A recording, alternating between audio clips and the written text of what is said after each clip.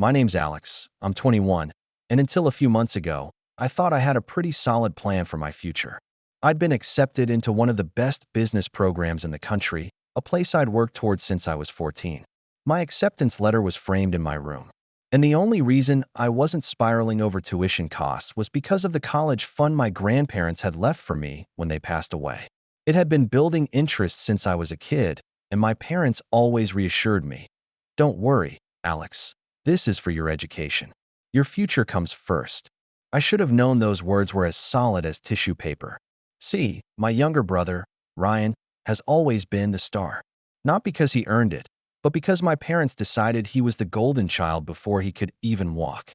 He was the first to get a phone, the first to get a car, the first to be let out late with friends. And each time, my parents would gush, "He's just so responsible." Meanwhile, I was the one who had to prove I deserved things, which usually meant working part-time jobs for stuff Ryan got handed to him without question. The real cracks started showing after I got into my dream school. I noticed my parents acting cagey. Whispers in the kitchen when I walked in, texts they'd hide when I sat next to them. Ryan, on the other hand, was practically vibrating with excitement over something he couldn't talk about yet. I didn't connect the dots at the time. I thought maybe they were planning some kind of surprise party before I left for college. The truth hit me the night Ryan turned 18. We were sitting around the table after dinner when my dad slid an envelope across to him with this smug smile. "It's from all of us," he said. Ryan tore it open, and inside was a set of glossy keys with a Porsche logo. I blinked. My parents never had that kind of money lying around. Every big purchase in our family was carefully planned months in advance. How did you guys even afford?" I started, but my mom cut me off with this sing-song voice. "Oh, we just moved some things around. You'll understand." I didn't understand, not until my dad leaned back in his chair and said, almost jokingly, "Consider it a gift to the golden child." Ryan burst out laughing. My mom chuckled too. Something in my chest dropped. I didn't want to believe it, but I had to ask, "You didn't touch my college fund, did you?" Silence. Then my mom sighed in that "don't be dramatic" way she has. "Alex, honey, you're smart. You'll get scholarships. Besides, it's all in the family, and Ryan needed a good start in life, too." I couldn't even speak for a second. All those years of being told, "That money's for your education." All those times they made me feel guilty for asking for even small things, and now it was gone. I excused myself from the table, my hands shaking, and went upstairs before I said something I couldn't take back. That night, I lay in bed replaying every moment I'd bent over backwards to earn their respect. Every chore, every part-time job, every time I bit my tongue when Ryan was handed something I worked for. The betrayal wasn't just about the money. It was about the fact that they didn't even see what they did as wrong. In their minds, Ryan deserved it, and I'd figure something out. The next morning, my mom acted like nothing had happened. She made pancakes, chatted about the weather, asked if I'd started packing for college yet. I barely said a word. Inside, though, I was seething. I wasn't just going to let this go, but I also knew I had to be smart about it. If they could smile while stealing my future, then I could smile while planning something they'd never see coming. The first step was to keep my composure, act like I'd accepted it, like I'd moved on. And for a while, I played the part. But in the back of my mind, the plan was already forming. And then, one small mistake from Ryan gave me the opening I'd been waiting for. It started about 2 weeks after the Porsche incident. Ryan strutted into the kitchen one morning, jingling his keys like they were an extension of his personality, and casually announced that he was skipping his new part-time job because why bother? My parents didn't scold him. Instead, my dad laughed and said, "You'll have a real job soon enough. You just focus on enjoying life right now." Meanwhile, I was working double shifts at the cafe to scrape together what little I could before leaving for school. I hadn't even gotten my first tuition bill yet, but I could already see the numbers in my head stacking against me like bricks. And every time I saw Ryan's shiny new car sitting in the driveway, spotless and perfect, it felt like one of those bricks was dropped directly on my chest. The favoritism didn't just stop with the car. My mom had started referring to my room as storage in casual conversation, telling me that, "Once you're gone, we can finally use the space for something useful." She even went as far as to show Ryan a paint sample book, telling him he could pick the color for his new game room. This was my room, the same one I'd grown up in, decorated myself, filled with the few things I'd actually owned in my life. They were planning to gut it before I'd even left. The worst part? They started using me as an example of what Ryan shouldn't have to go through. "See, Ryan," my dad would say while I was hunched over my laptop, applying for scholarships late at night. "This is why we help you now, so you don't end up stressing yourself out like your brother." I can't even describe how infuriating it was to be painted as some cautionary tale in my own home. I was the one trying to be responsible, the one they should have been proud of, and instead, they used my hard work as proof that they'd made the right choice, giving Ryan everything. One Saturday afternoon, I overheard my parents in the living room. My mom was saying, "We'll have to help Ryan with insurance soon.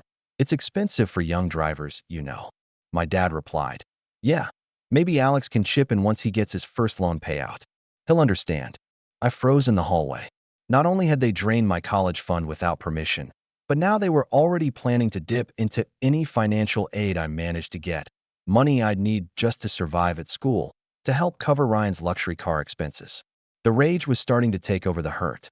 I stopped eating dinner with them, claiming I was busy with work or studying. I made a point of locking my bedroom door whenever I wasn't in it, even though my mom complained it was paranoid and disrespectful. Ryan, of course, took my withdrawal as an opportunity to flaunt things even more. He'd rev the engine of his Porsche in the driveway, grinning at me through the window. One evening, he leaned against the hood while I was unloading groceries and said, "You know, I should thank you. If you weren't so boring, Mom and Dad wouldn't have felt the need to give me something exciting." I remember gripping the grocery bag so hard the handle snapped. I didn't say a word. I just walked past him. Because deep down, I knew my silence unnerved him more than anything I could have said. But there was one thing I did say. A few days later, when my dad made another comment about me pulling my weight at home before I left, I smiled, genuinely, for the first time in weeks, and told him, "Don't worry. I'm going to take care of everything before I go." They didn't realize I meant it in a way they'd never forget. And then, Ryan left his laptop open on the kitchen table, and I saw something that made the pieces of my plan fall perfectly into place. It was a Tuesday evening, the kind where the air feels heavy and the house is too quiet. Ryan had just come back from another night out, tossing his jacket over a chair and leaving his laptop open on the kitchen table while he raided the fridge. I was heading upstairs when I noticed the screen, and at first, I wasn't planning to snoop. I was too tired. But then a word caught my eye. Transfer confirmation. Curiosity got the better of me. I stepped closer, glancing over my shoulder to make sure Ryan was still rummaging through the fridge. The email was from the bank. My bank. Or at least, the one that had once held my college fund. It took me a moment to process what I was seeing. The transfer wasn't for the Porsche. That money was long gone. No, this was a brand new withdrawal from an account I didn't even realize still had anything left in it. A small investment account my grandparents had also left me, separate from the college fund. It wasn't much, just under $8,000, but it was mine. The email showed that the funds had been moved into my parents' joint account just 2 days ago. And the memo field? Gift for Ryan, private. My stomach dropped so fast I had to grip the edge of the table. I'd never given anyone permission to touch that account. My parents weren't even supposed to have access. And yet here it was, in black and white. They'd taken the last bit of money my grandparents had intended for me. I scrolled through the email chain and found one from my mom to Ryan, sent the day before. "Don't mention this to Alex. He'll understand later. Just make sure you enjoy it. You deserve it after all the hard work you've done." I nearly laughed out loud. Hard work? This was the same kid who'd quit his job after 2 weeks because waking up early was bad for his mental health. I quietly closed the laptop, my hands ice cold but my mind racing. They'd already drained my college fund, and now they were taking everything else they could find. And the worst part? They weren't even ashamed. They genuinely believed they were in the right, that this was fair because Ryan was somehow more deserving.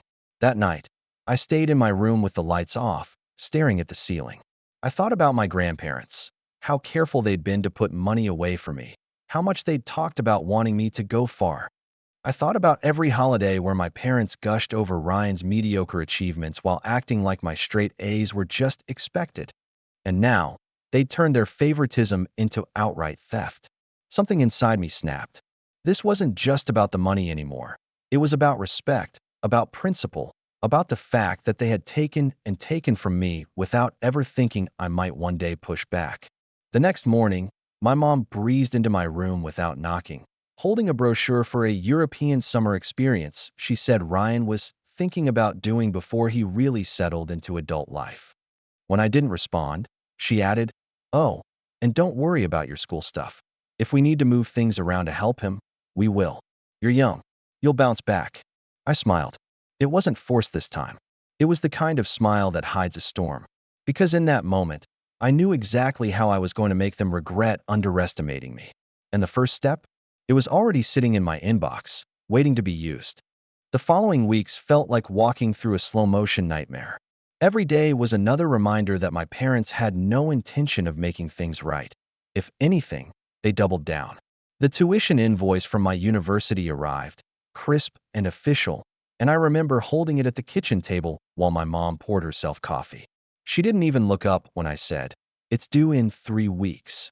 She just sipped and said, "You're resourceful, Alex. You'll figure it out."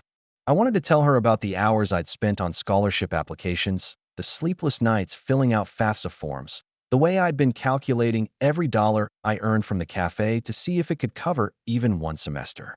But I didn't, because by then, I'd realized my words didn't matter to them. Only actions would. Still, the reality of my situation was suffocating. Without my college fund or that investment account, my savings could barely cover books and living expenses, let alone tuition. My acceptance to the business program, the thing I'd worked toward for years, suddenly felt like a cruel joke. I started waking up before my alarm, lying in bed staring at the ceiling, thinking about the fact that I might have to give it up before it even began. Ryan, oblivious as ever, kept flaunting his new toys. One afternoon, he pulled into the driveway with a brand new sound system blasting music so loud the windows rattled. "Mom said I could use some of that other money for upgrades," he shouted over the bass, grinning at me like this was all some fun competition. It was the first time I realized I wasn't just angry, I was done. Done trying to be the bigger person. Done hoping they'd treat me fairly if I just worked harder. Done being the responsible one while they bled me dry. But walking away wasn't as simple as packing a bag. I still needed a roof over my head until I figured out my next step. So I kept my head down. I started picking up extra shifts at the cafe, volunteering to cover closing shifts because it meant I could avoid dinner at home. I stopped answering most of Ryan's smug comments and began responding to my parents with polite, neutral phrases. It wasn't defeat, it was camouflage. In the evenings, I'd sit at my desk with my laptop, combing through bank statements and old files my grandparents had left me. Somewhere in there, I knew, was a thread I could pull. They'd taken from me under the assumption that I was powerless, that I didn't have the resources, the knowledge, or the will to push back. But I had something they didn't count on: patience. And one night, just past midnight, I found exactly what I'd been looking for. It was buried in an old folder labeled "For Alex." It was small, but it was enough to start. Inside that folder was a scanned copy of a letter from my grandparents' lawyer, dated years ago. It detailed the accounts they had set up for me, not just the college fund and the investment account, but something I'd never heard about: a trust.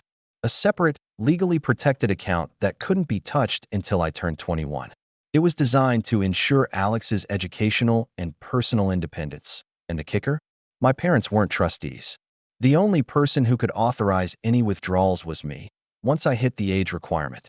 I sat there in the glow of my laptop, rereading the letter, my heart racing. My 21st birthday was less than 3 months away. The trust balance wasn't listed, but if my grandparents had put it in the same hands that managed their own assets, it could be significant. Maybe not millions, but enough to be the foundation I needed. For the first time in weeks, I slept peacefully. From that point forward, my attitude shifted. I didn't confront my parents. I didn't demand explanations. I smiled more, nodded along to their conversations, even asked Ryan about his ridiculous car upgrades like I actually cared.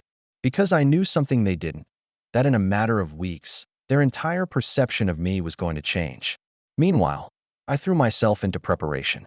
I took on more cafe shifts and funneled every dollar into a separate account they didn't know existed. I also started networking, reaching out to old teachers, mentors, and even a professor from my upcoming program. I told them, vaguely, that I might need alternative options for housing and work near campus. Most of them were sympathetic, offering leads or even spare rooms if it came to that. With every passing day, I felt more in control. Even my body reacted differently. The constant knot in my stomach loosened. My shoulders felt lighter. I realized I wasn't trapped anymore. I was biding my time. And then, something unexpected happened. An opportunity practically fell into my lap. A regular at the cafe overheard me talking to a coworker about my major and mentioned he owned a small marketing firm. He needed an intern, paid, flexible hours, real-world experience. I applied that night and got the job within a week. That paycheck was nothing compared to what I suspected the trust might hold, but it was symbolic. It meant I was no longer dependent on my parents for anything. And with that independence came the freedom to plan my next moves without fear of them pulling the rug out from under me. Every time Ryan bragged about his weekend trips or my parents dropped another comment about helping him find his path, I'd just smile and sip my coffee, because the countdown had started. And then, one afternoon while checking my email, I saw it. A message from the trust's managing attorney confirming an appointment for my birthday. It was time to turn quiet patience into action. And when I found out just how much my grandparents had left me, I realized I could do far more than just protect myself. I could make sure my parents and Ryan never forgot what they'd done. The meeting with the trust attorney was in a sleek downtown office, the kind of place with glass walls and that faint smell of expensive paper. I'd half expected some modest sum, enough to cover tuition and maybe a few living expenses. But when the attorney slid the statement across the desk, I had to stop myself from visibly reacting. My grandparents had left me just over $180,000. It wasn't quit life forever money, but it was more than enough to pay for school, secure my independence, and, most importantly, execute the kind of revenge that didn't just sting, but left a mark. The attorney explained that, as of my birthday, I had full control. No one else could access it. My parents didn't even know it existed.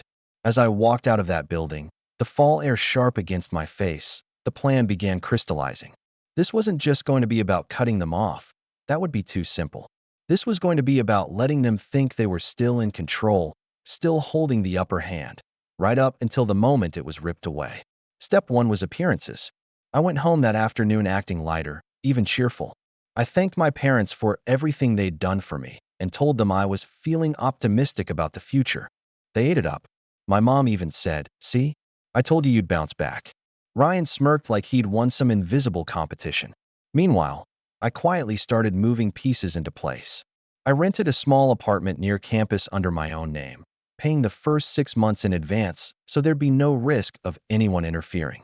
I bought a modest used car, nothing flashy, but reliable, and had it registered to my new address. I even set up an entirely new bank account at a different institution for my tuition payments, all funded from the trust. The more I separated my life from theirs, the more dangerous my position became for them, because they still assumed I'd be dependent on them for something, and I intended to use that assumption against them. The real breakthrough came when I overheard Ryan bragging to one of his friends in the driveway. "Yeah, Mom and Dad are covering my insurance and gas for now, but Alex is getting all this loan money for school. They're going to use some of it to keep my upgrades going. He doesn't even know yet." I almost laughed. They thought they'd be able to siphon off my financial aid. They had no idea that the aid was minimal because the trust covered my expenses outright. And when they tried to arrange things later, they'd find themselves staring into a void where their easy handouts used to be. One last thing fell into my lap when my cafe boss, who I'd been upfront with about my home situation, offered me a small side gig helping with their bookkeeping. It wasn't just extra money. It gave me an excuse to spend even less time at home, and it taught me a few tricks about tracking and documenting financial activity. Tricks I knew I could use. By the time the first tuition bill was due, I had all the leverage I needed: financial independence, a secure place to live, and knowledge of exactly how my parents and Ryan had manipulated the system to drain my accounts. Now, all I needed was the right moment to pull the pin. And that moment came sooner than I expected, delivered by my parents themselves, with an entitled request that made my blood run cold and my smile widen. It was a Sunday morning, the kind where the house smelled faintly of coffee and my parents were in unusually good moods. I'd just come back from an early shift at the cafe when my dad called me into the living room. Ryan was there too, lounging on the couch, scrolling his phone. "Alex," my mom began, Her tone syrupy in that way she used when she was about to say something unreasonable but wanted it to sound like a favor. We've been talking, and we need your help with something important. I didn't sit. I just leaned against the doorway, letting her continue. It's about Ryan's car insurance.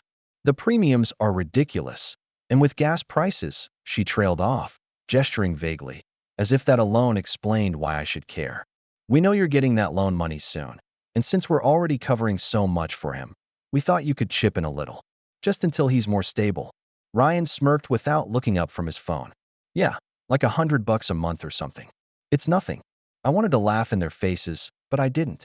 Instead, I tilted my head and said, sure, I'll take care of it. They both smiled, relieved, smug, certain they'd just secured another win. They had no idea what "I'll take care of it" really meant. The next day, I went to the bank where my old accounts had been, the ones they'd drained.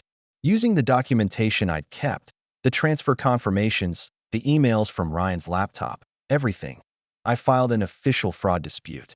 Since the investment account had been solely in my name, and I'd never authorized any transfers, the bank had no choice but to launch an investigation. The representative assured me that if the claims were valid, the funds would be withdrawn from the recipient's accounts immediately to restore the balance. I made sure to time my move perfectly. The same day the bank contacted my parents about the dispute, I went to the dealership that had sold Ryan the Porsche. A friendly conversation with the sales manager, plus the proof I had that the car was purchased with misappropriated funds, meant the dealership was suddenly very interested in cooperating with the bank's inquiry. By Friday, their accounts were frozen pending the investigation. I didn't even have to be there to see it. I heard about it when Ryan stormed into the cafe during my shift, red-faced and demanding to know what I'd done. I calmly told him customers were waiting and went back to making lattes. That weekend, I moved the last of my things into my new apartment without telling them. The only hint I left behind was an empty room with a single sheet of paper taped to the wall. You'll want to check your bank account. From what I later heard through a mutual acquaintance, the moment they saw the frozen balances, my dad's face went pale. My mom started calling me immediately, 15 missed calls in an hour, but I didn't answer. Ryan tried too, alternating between insults and demands in his voicemails. I blocked all three of them, but I wasn't done yet. There was one last piece I'd been saving, something that would make sure they understood just how permanent this shift in power was. That last piece came into play a week later, once the bank's investigation wrapped up. The funds from my investment account, all $7,942 of it, were fully restored to me. But the fallout for my parents was worse than just losing that money. Because the purchase of Ryan's Porsche had been tied directly to the drained college fund, money that had been set aside in my name. The bank flagged it for further review. Turns out, my grandparents had legally designated those funds as educational use only. By misusing them, my parents had violated the terms of the account. The bank had no choice but to report it, and the dealership was obligated to cooperate. Within days, the Porsche was repossessed. Not sold, taken back. Apparently, the dealership resold it almost immediately, but not before the neighbors saw a tow truck haul the golden child's pride and joy out of the driveway. Ryan didn't leave the house for a week after that, and when he did, he was behind the wheel of my dad's beat-up sedan. The insurance company, now aware of the financial investigation, dropped them entirely. Without coverage, my parents had to pay out of pocket for every vehicle until they could find a new provider, one that, from what I heard, charged them through the roof because of the flagged incident. As for me, I thrived.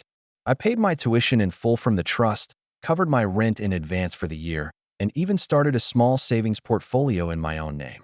My cafe job and marketing internship kept extra money flowing in, and my new apartment became a quiet, drama-free zone where I could actually breathe.